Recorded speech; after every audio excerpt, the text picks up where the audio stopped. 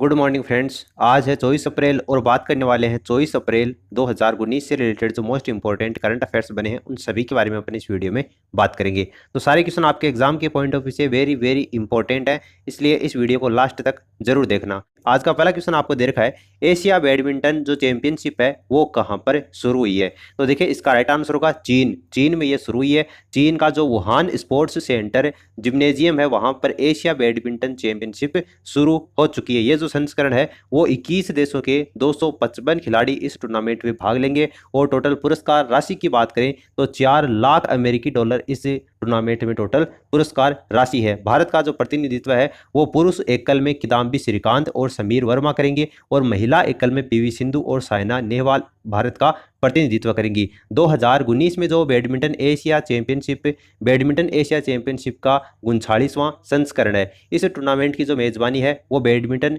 Asia की अनुमति से चीनी बैडमिंटन संघ के द्वारा की जाती है। तो चीन में ये शुरू हो चुकी है।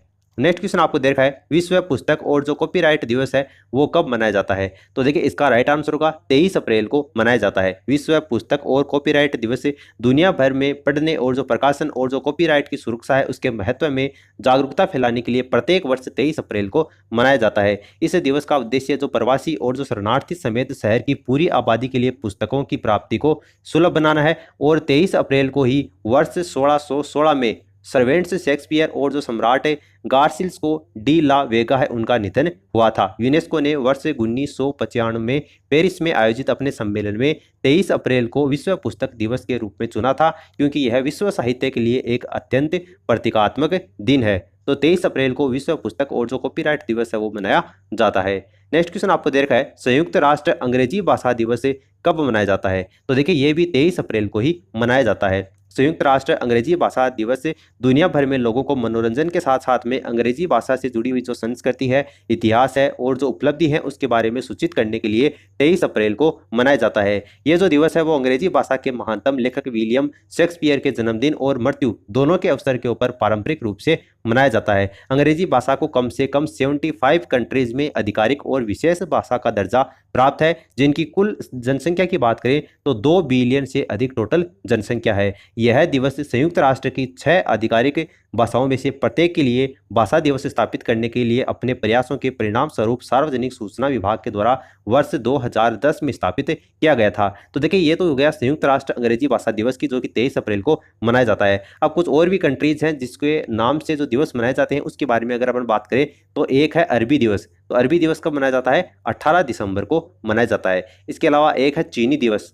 तो चीनी दिवस कब मनाया जाता है? 20 अप्रैल को मनाया जाता है। एक है फ्रेंच दिवस, तो वो 20 मार्च को मनाया जाता है। रूसी दिवस है वो 6 जून को मनाया जाता है और स्पेनिश दिवस है वो भी 23 अप्रैल को ही मनाया जाता है। तो संयुक्त राष्ट्र अंग्रेजी भाषा दिवस ऑप्शन 4 क्या होगा, इसका करेक्ट आंसर होगा। तो ये कुछ इंपॉर्टेंट डेट्स हैं जो आपको ध्यान में रखनी है।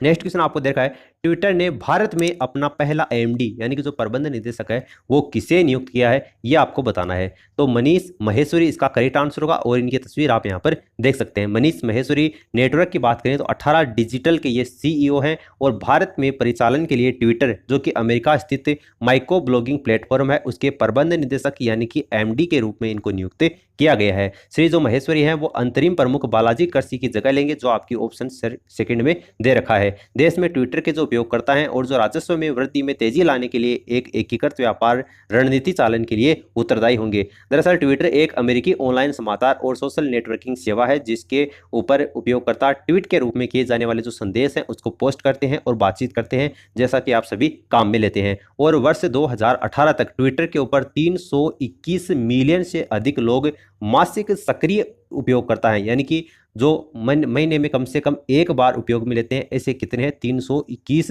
मिलियन से अधिक लोग हैं। तो भारत में इसका एमडी किसे बनाया गया है? मनीष महेश्वरी को बनाया गया है। नेक्स्ट क्वेश्चन आपको दे रखा है, वर्ष 2018-19 के पंडित गोविंद वल्लभ पंत जो पुरस्कार है उससे किसे सम्मानित किया गया है, यह आपको बताना है। तो सुनील कुमार गौतम इसका करेक्ट आंसर होगा। इनकी तस्वीर आप यहाँ पर देख सकते हैं।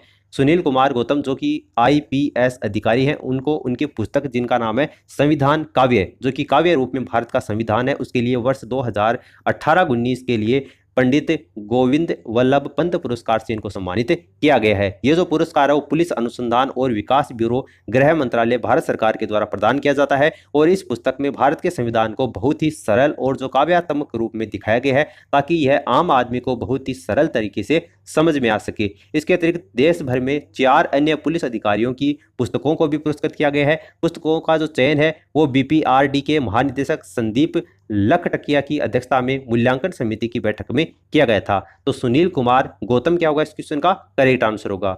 नेक्स्ट क्वेश्चन आपको देखा है, रॉयल सोसाइटी की सदस्य बनने वाली प्रथम महिला कौन बनी है? तो देखिए इसका राइट आंसर होगा गगनदीप कांग। इनकी तस्वीर आप यहाँ पर देख सकते हैं। प्रोफेसर जो गगनदीप कांग हैं वो 56 साल की हैं और ब्रिटेन फेलोशिप के 358 वर्ष के इतिहास में फेलो ऑफ रॉयल सोसाइटी चुनी जाने वाली प्रथम भारतीय महिला साइंटिस्ट बनी हैं। डॉक्टर जो कांग हैं उनको भारत में बच्चों में आंत संबंधित जो संक्रमण है उनसे संतरण के लिए, विकास और उनकी रोकथाम और उनके रोगोत्तर लक्षण है उसके अध्ययन से संबंधित जो अंतर विषयक अनुसंधान है उनके लिए जाना जाता है। फरीदाबाद स्थित translational health science and technology जो इंस्टीट्यूट है उसकी कार्यकारी निदेशक हैं। और वर्ष 2019 में शामिल किए गए अन्य उल्लेखनीय FRS फील्ड मेडल विजेता गणितज्ञ अक्षय वेंकटेश और मंजुल भार्गव भी इसमें शामिल हैं। तो गगनदीप कांग क्या होगा इस क्वेश्चन का राइट आंसर होगा।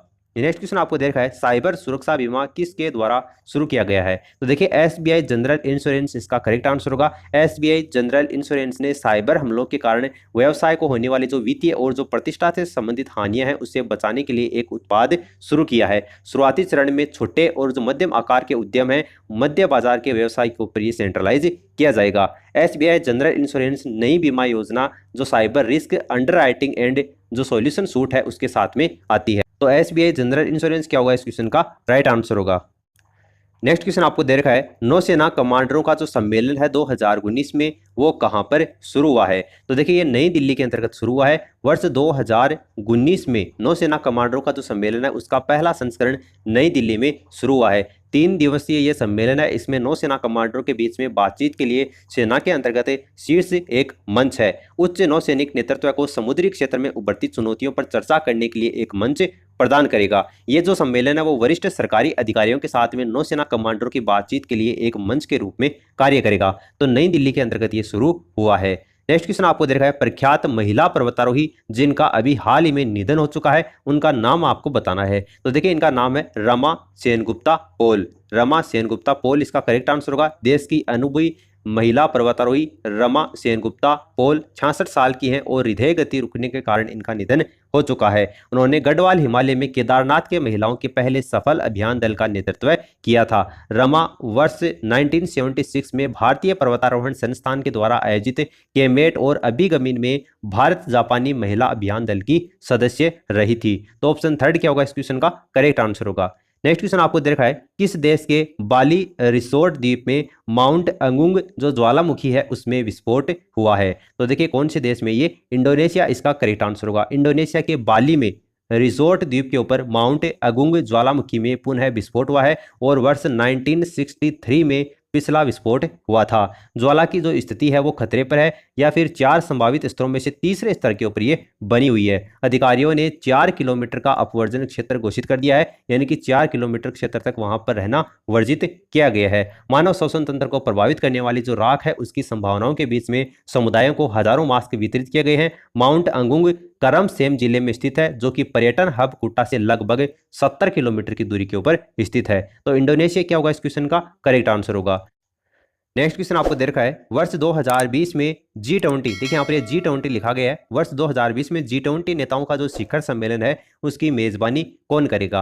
तो देखिए सऊदी अरब इसका करेक्ट आंसर होगा। सऊदी अरब यानी कि अरब दुनिया में पहली G20 बैठक की बात हो रही है। 21 और 22 नवंबर 2020 में अपनी राजधानी जो कि कौन सी है, रियाद है, वहां पर G20 शिखर सम्मेलन की मेजबानी करेगा। इससे पहले जापान इस वर्ष G20 शिखर सम्मेलन की मेजबानी ओसाका में 28 से 29 जून 2019 में करेगा। G20 जो 20 राष्ट्रों का समूह है जिसमें 19 देश और यूरोपीय संघ की जो सरकार है, केंद्रीय बैंक के जो गवर्नर है, उनका एक अंतर्राष्ट्रीय मंच है। इसकी स्थापना की बात करें तो 1999 यानी कि 1999 में अंतर्राष्ट्रीय वित्तीय स्थिरता के संवर्धन से संबंधित जो नीति है उसके ऊपर चर्चा करने के उद्देश्य से इसकी स्थापना की गई थी। तो सऊदी अरब क्या होगा इस क्वेश्चन का करेक्ट आंसर होगा। देखिए दोस्तों, इस तरीके से 24 अप्रैल 2019 से रिलेटेड जो मोस्ट इंपोर्टेंट करंट अफेयर्स बने उन सभी के बारे में अपने बात की है। वीडियो अच्छा लगा तो इसे लाइक करके मोटिवेट करें, अपने दोस्तों के साथ में शेयर जरूर करें ताकि उनको भी अपनी स्टडी के अंतर्गत बेनिफिट मिल सके। चैनल पर पहली बार आए हैं तो सब्सक्राइब करने के साथ साथ में घंटी के आइकन को प्रेस करके जाना ताकि आने वाले लेटेस्ट वीडियो का नोटिफिकेशन आपको समय पर प्राप्त हो सके।